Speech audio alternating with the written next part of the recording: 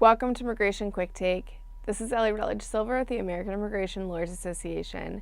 Yesterday, the Senate voted on and failed to pass 4 amendments that would have advanced immigration legislation that included protections for Dreamers and border enforcement provisions. Here to share details is Chen, AILA Director of Government Relations. Greg, thanks for joining me.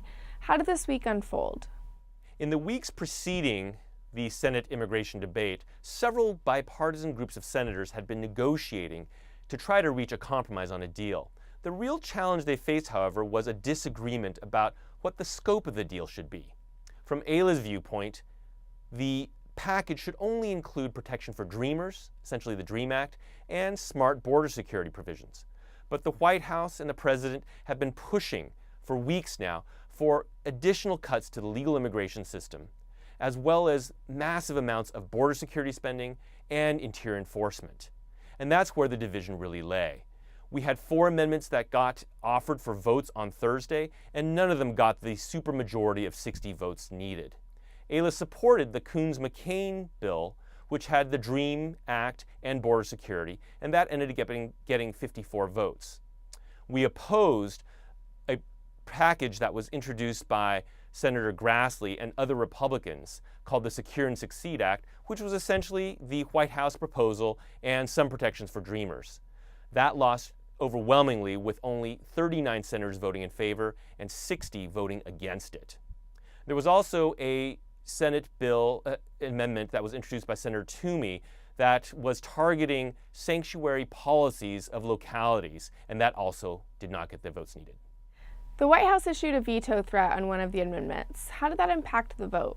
So the real disappointment from this week is the failure of the Senate to get the 60 votes needed to pass a bill, especially after so much effort has been put in by negotiators from both sides of the aisle, including newcomers to immigration reform who rolled up their sleeves and got to work to try to reach a compromise.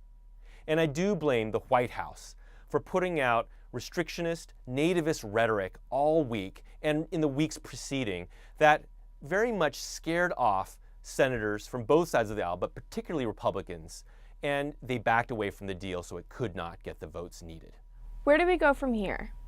There are 2 important dates coming in the month of March. March 5th is the deadline that President Trump set for when he will terminate the DACA program.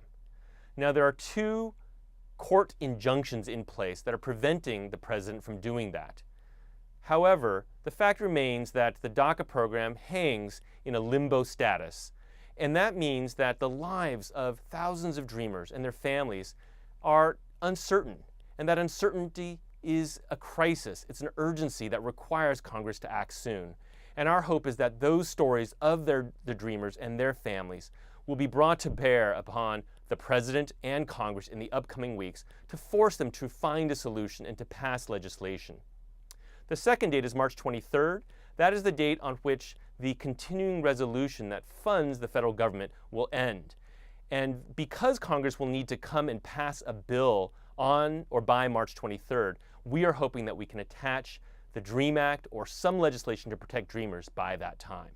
So in the meantime, we need AILA members to keep focused and the public to keep telling the stories of Dreamers, to use the power of the pen, the power of your voice, to tell Congress that they must act now. Thanks, Greg, for joining me. For the rest of you, please stay tuned for more updates from the American Immigration Lawyers Association.